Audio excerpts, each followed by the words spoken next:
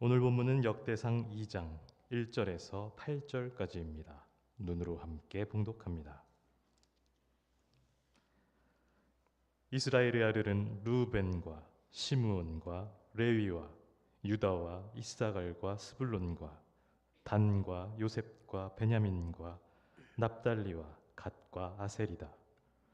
유다의 아들은 에르와 오난과 셀라이며 이 셋은 가나안 사람 수아의 딸과 유다의 사이에서 태어난 아들이다. 유다의 맏아들 에르는 주님께서 보시기에 악하였으므로 주님께서 그를 죽이셨다. 유다의 며느리 다말과 유다 사이에서는 베레스와 세라가 태어났다. 유다의 아들은 모두 5이다. 베레스의 아들은 헤스론과 하물이다. 세라의 아들은 시므리와 에단과 헤만과 갈골과 다라로서 모두 5이다.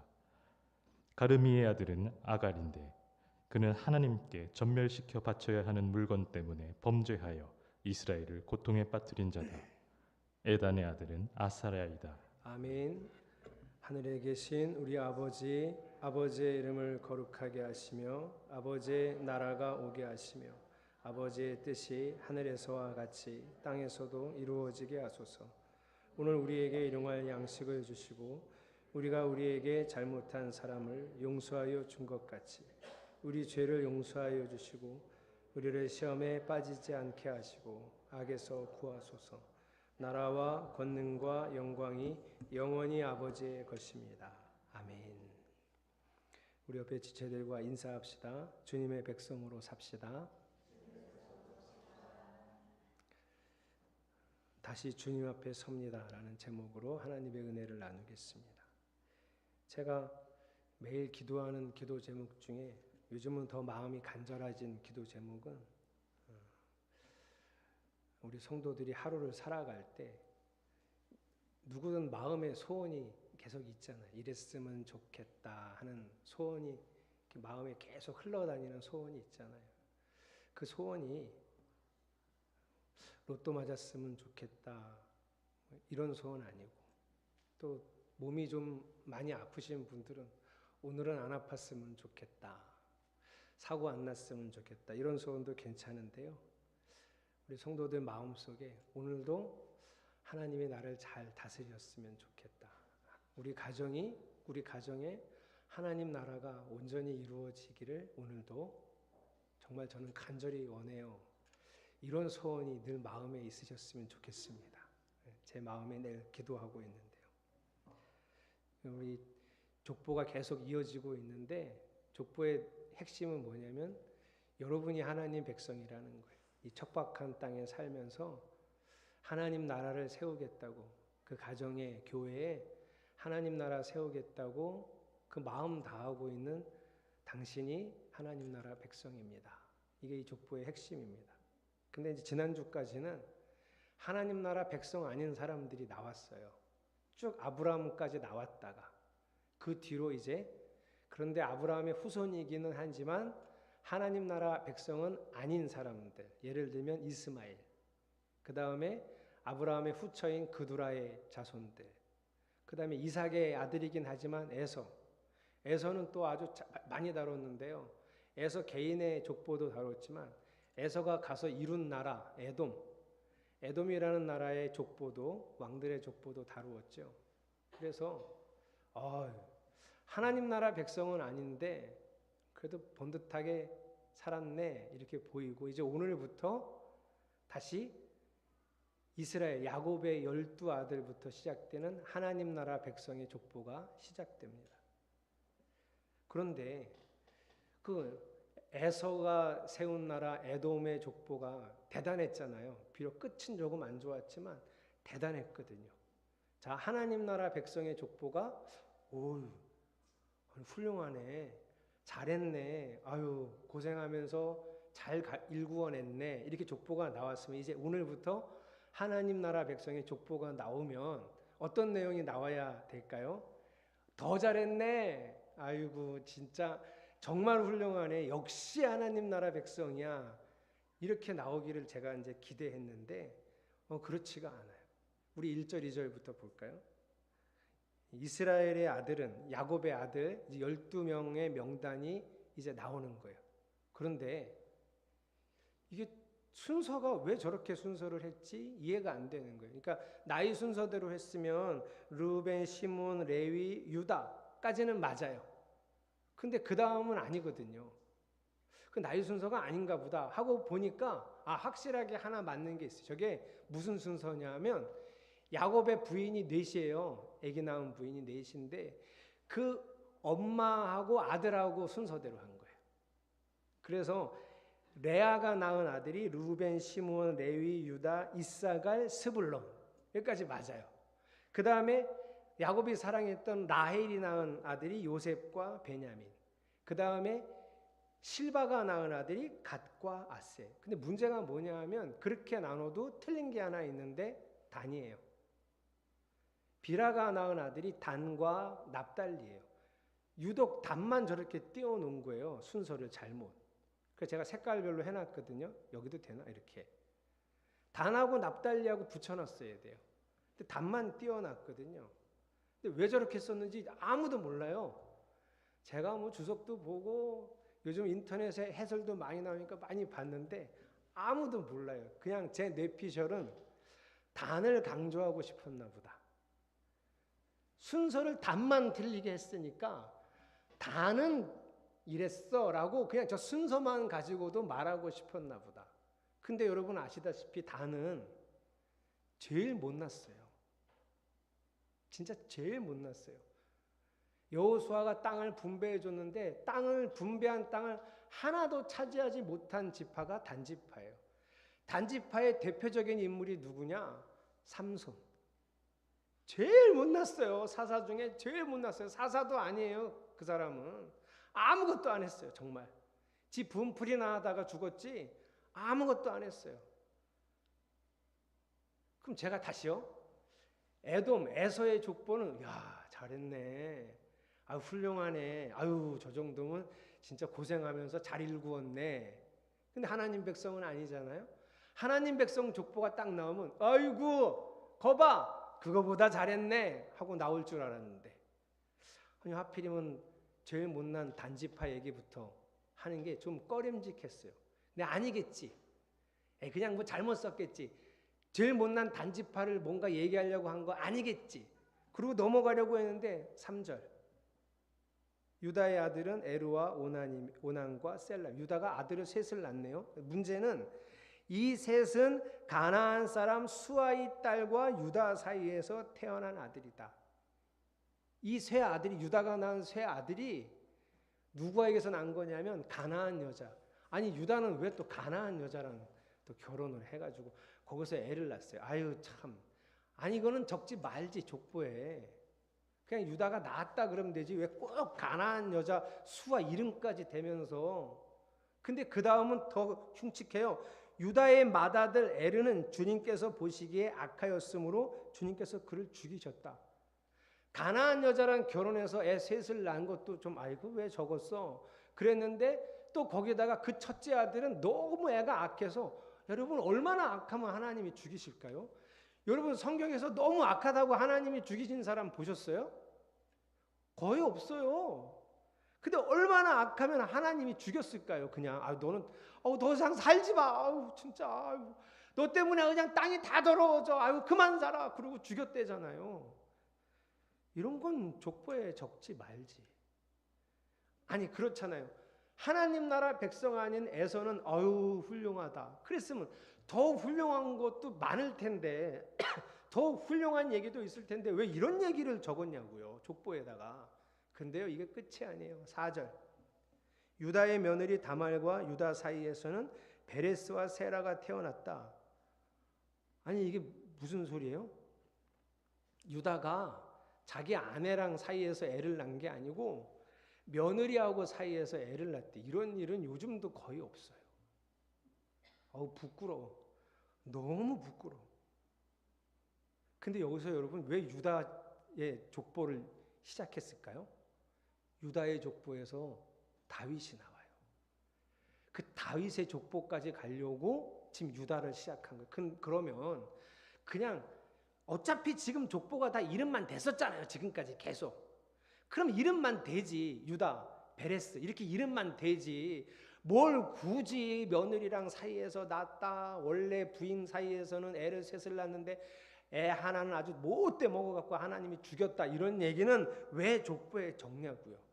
아니 참 이상하다 족보가. 근데 여러분 이게 끝도 아니에요. 이게 끝도 아니에요. 여러분이 7절 한번 읽어보겠습니다. 7절 시작.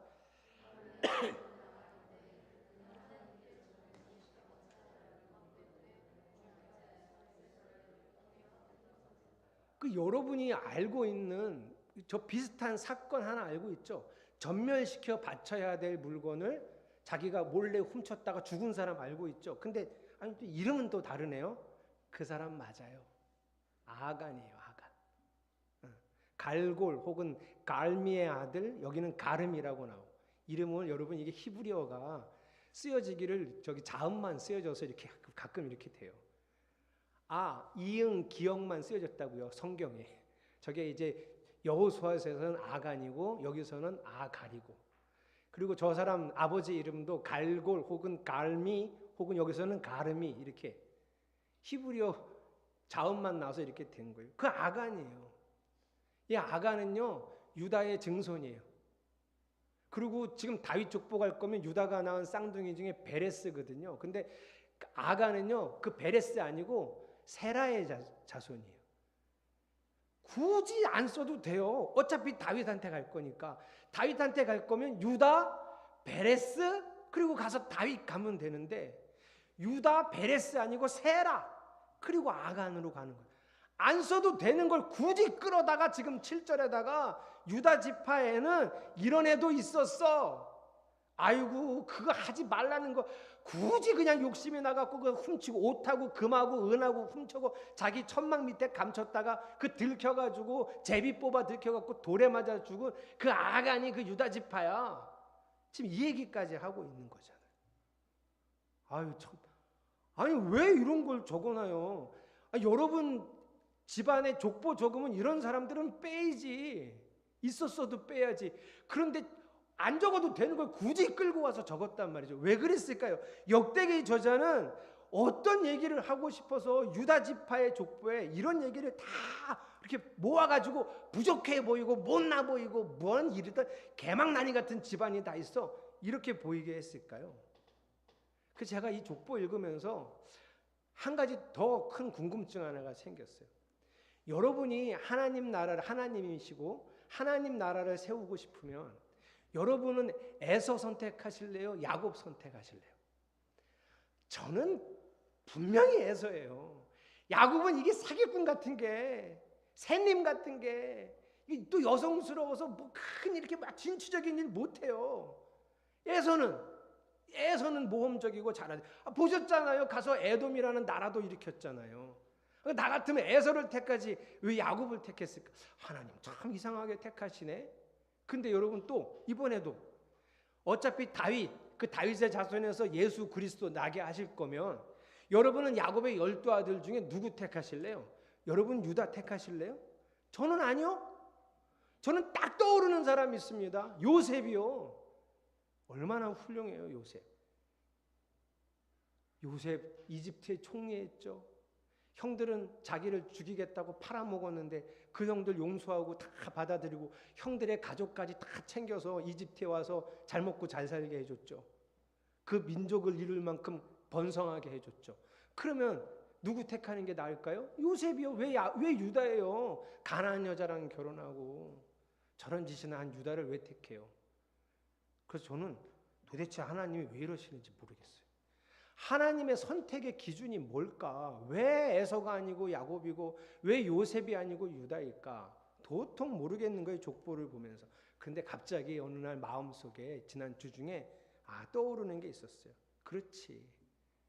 그냥 내 생각에 인간끼리 이렇게 볼 때는 에서가 낫고 인간의 눈으로 볼 때는 요셉이 낫지만 다 하나님 보실 때는 다 자격이 없어요. 다 능력이 없어요. 하나님이 선택하신 유다도 예수님의 조상이 될 자격이 없어요. 요셉은 있을까요? 아니요. 하나님 눈에는 요셉도 없어요. 그냥 하나님은 은혜를 주신 거예요. 그 족보에 속한 모든 사람은 자격이 없어요. 그 자격 없는 사람을 통해서 하나님은 하나님 나라를 세워가시는 거예요. 그래서 저는 오늘 족보를 보면서 두 가지를 제 마음에 새겨 넣었어요. 나 이제부터 이렇게 생각하면서 살아야지. 나 이제부터 이렇게 마음 먹고 살아야지. 두 가지를 제 마음에 새겨서. 첫 번째는 뭐냐면 자격 없는 저를 주님이 보셨을 거 아니에요. 진짜 자격만 없는 게 아니라 주님의 눈으로, 주님의 마음으로 보셨을 때는 사랑할 만한 구석이 단 하나도 없는 저를 보셨을 거 아니에요. 그런데 사람은 저를 보고 매력도 찾을 수 있고 어느 구석에 숨어 있는 사랑할 만한 것도 찾을 수 있겠지만 하나님이 보시는 기준에서는 저는 그런 게 전혀 없는 사람인데 사랑하셨고 여기 찾아오셨고 함께 하시잖아요. 그러니까 정말 매력이라고는 요만큼도 없고 사랑할 만한 구석은 요만큼도 없는 사람하고 계속 붙어 있을 수 있을까요, 우리가? 우리는 그래도 매력이 있고 사랑할 만한 구석이 있어서 결혼한 거예요. 진짜 지겨워. 내가 왜 그 사람하고 결혼했는지 몰라. 가끔 후회할 수는 있어도 그때는 그게 있어서 결혼한 거예요. 그래도 같이 사는 거예요. 근데 예수님은 하나도 없는데 같이 살아요.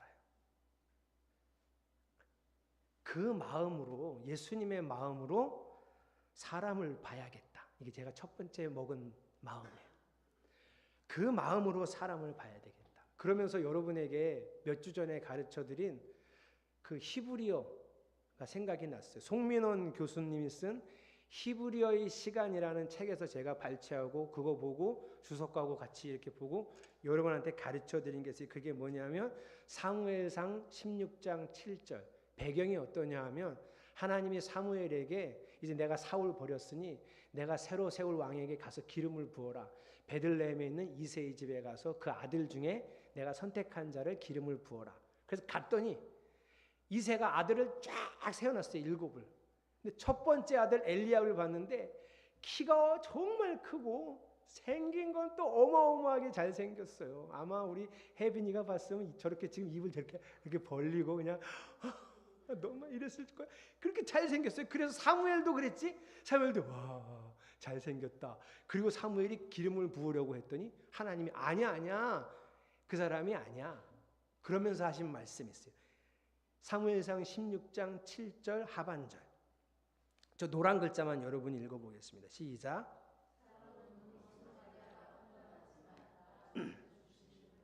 제가 이거 몇 주 전에 화요일 날 히브리어를 이걸 다시 해석을 해드렸어요. 히브리어를 보면 이렇습니다. 여러분이 저 위에 있는 두 개가 히브리어인데요. 히브리어는 한글처럼 왼쪽에서 오른쪽으로 읽지 않고 오른쪽에서 왼쪽으로 읽어요. 제가 읽어드릴게요. 하 아담 이르헤 라 에이나임 이란 뜻이에요. 이런 발음인데 하 아담은 하는 정관사 영어로 더 같은 거고 아담은 알죠? 아담 사람은 이르헤 봅니다.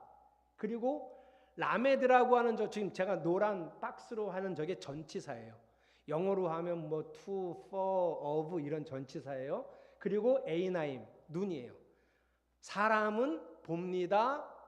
눈을 본다고 할지 눈으로 본다고 할지 정하는 거예요. 그때 달라요. 그리고 이제 그 밑에는 똑같은 병행 구절이니까 또 라메드 똑같아요. 야훼 하나님은 이르에 봅니다. 레바브는 심장이라는 뜻이에요. 중심이 아니라 심장. 그러면 사람은 눈을 봅니다. 그러면 하나님은 심장을 봅니다. 이렇게 해석해야 되고 사람은 눈으로 봅니다. 그러면 하나님은 심장으로 봅니다. 이렇게 해석해야 되는데 우리가 해석한 성경은 어떻게 했어요? 사람은 눈으로 보고 하나님은 중심을 본다. 이렇게 해석했잖아요. 이렇게 하면 안 돼요. 똑같은 전치사니까 똑같이 해석해야 돼요. 여기는 으로, 여기는 을 이렇게 하면 안 돼요. 이 해석은 어떻게 해야 되냐? 사람은 눈으로 보지만 하나님은 심장으로 본다. 이렇게 해석하셔야 돼요. 사람은 보는 기관이 뭐라고요? 눈. 우리도 지금 눈으로 보잖아요. 뭐 눈이 좋았다 나빴다 하지만 우리는 눈으로 보죠. 하나님은 뭘로 본다고요? 심장. 하나님이 보는 그 기관이 심장이에요. 근데 심장이 뭔지는 몰라요. 근데 하나님은 그 심장으로 보는데 어떻게 봐요? 다 알죠. 모든 걸 다 알죠.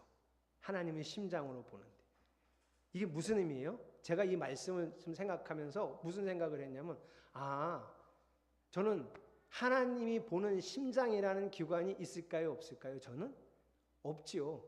저도 물론 심장은 있지만 그건 보는 기관이 아니잖아요. 피를 펌프질해 주는 기관이지. 이건 보는 게 아니니까.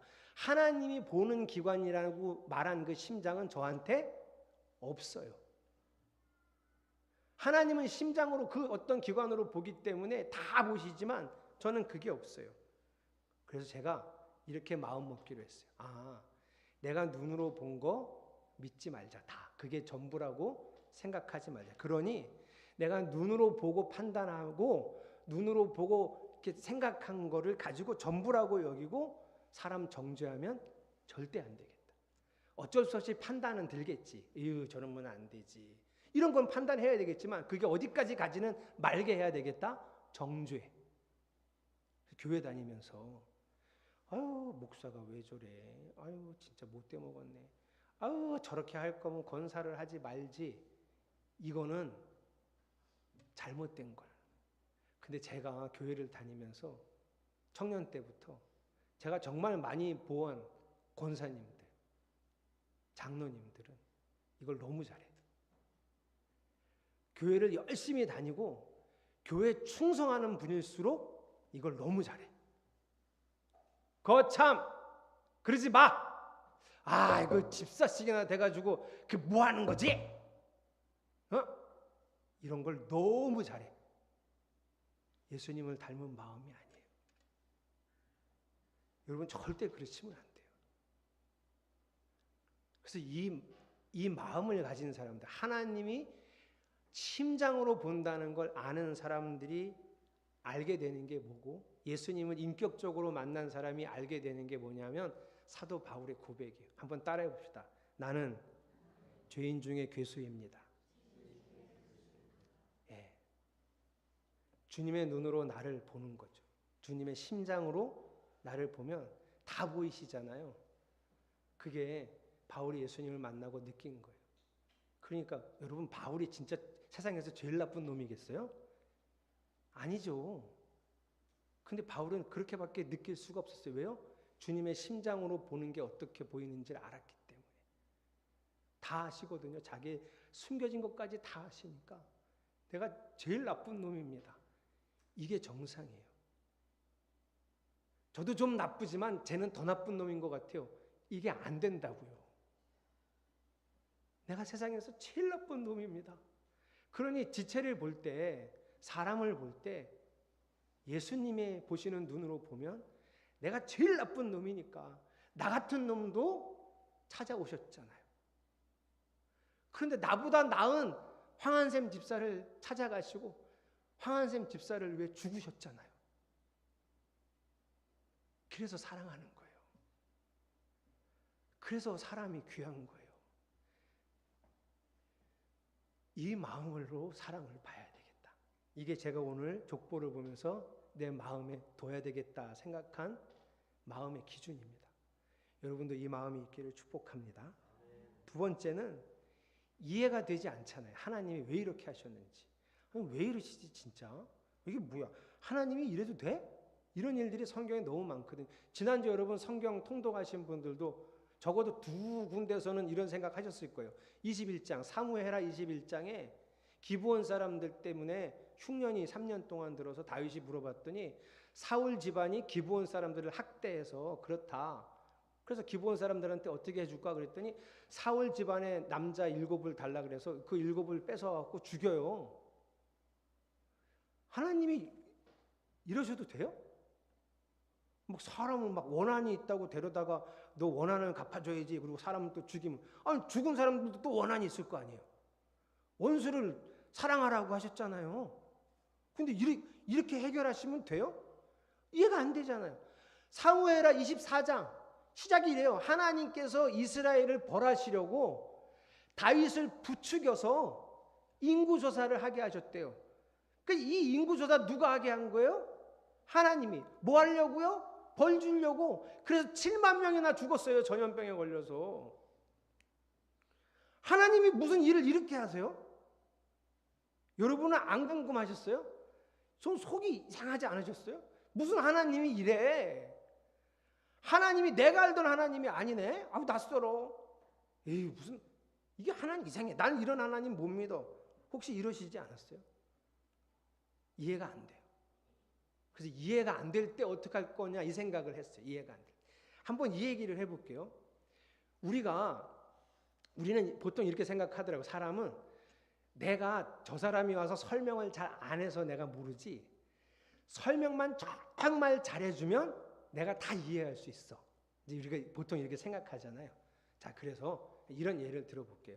여기 오늘 이 시간에 물리학에 정말 최첨단을 달리시고 완전 전문가이신 분이 와서 양자역학을 여기서 설명을 해주는 거예요. 들어는 봤죠? 양자역학 이름은. 근데 그게 뭔지 아무도 모르잖아요. 그렇죠? 이거를 설명을 물리학을 딱 설명을 해주면 여기 있는 우리가 알아들을까요? 이진성 집사님이 혹시 알아들으면서 수학 하시는 분이니까. 그리고 제가 생각할 때 좀 나랑 머리 이 뇌 체계가 다른 사람이 있거든요. 저기 황윤상 집사님.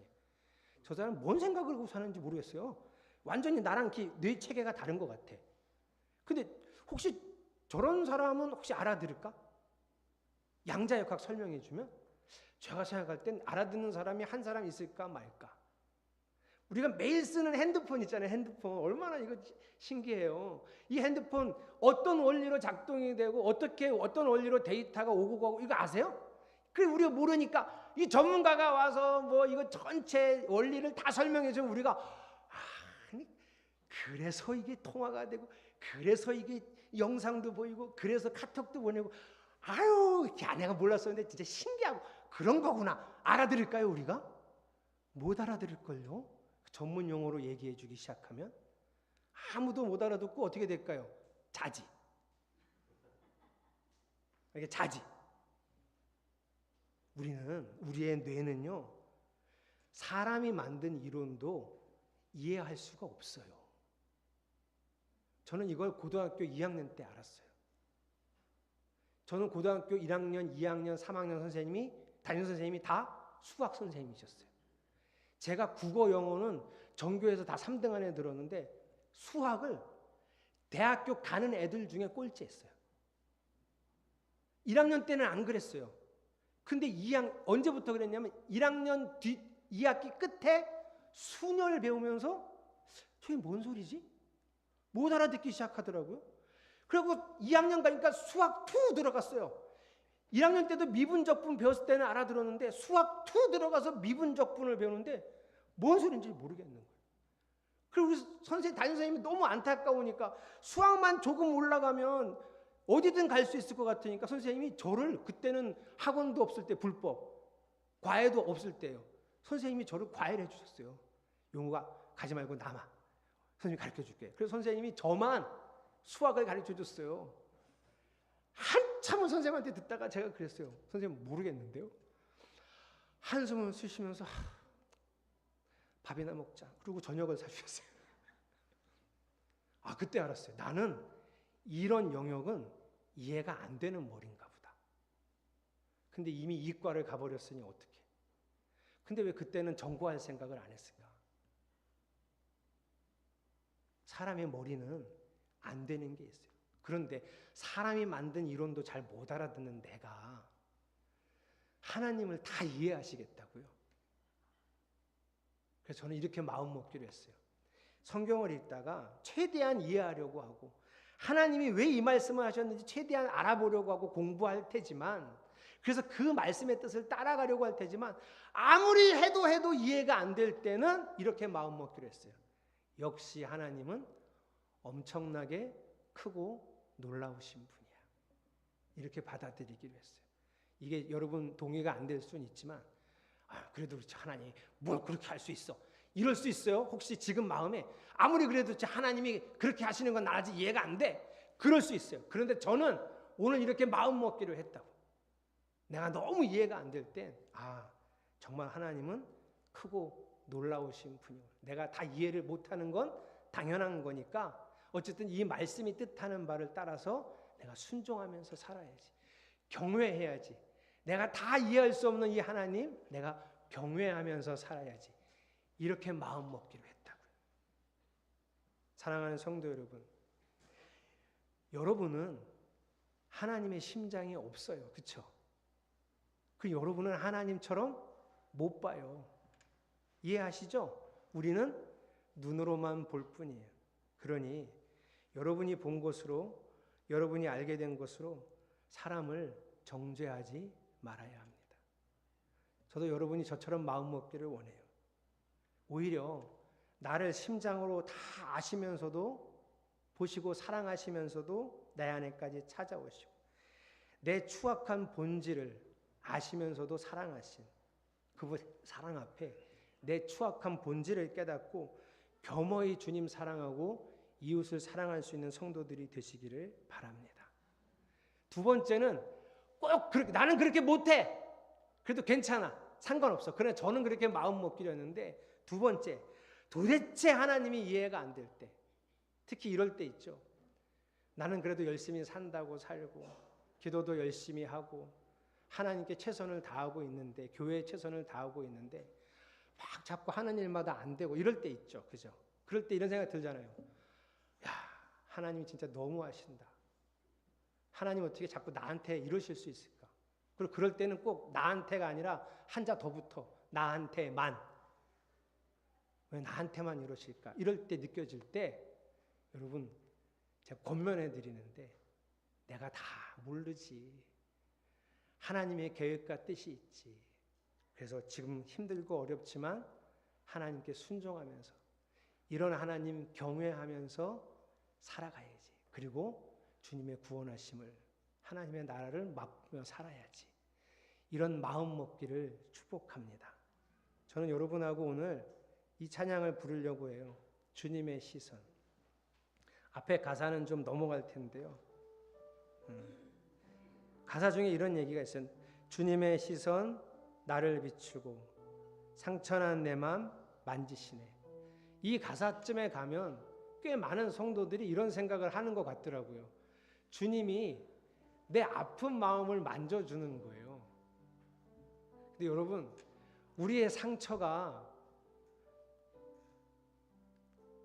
하나님의 은혜와 사랑 안에서 생긴 걸까요?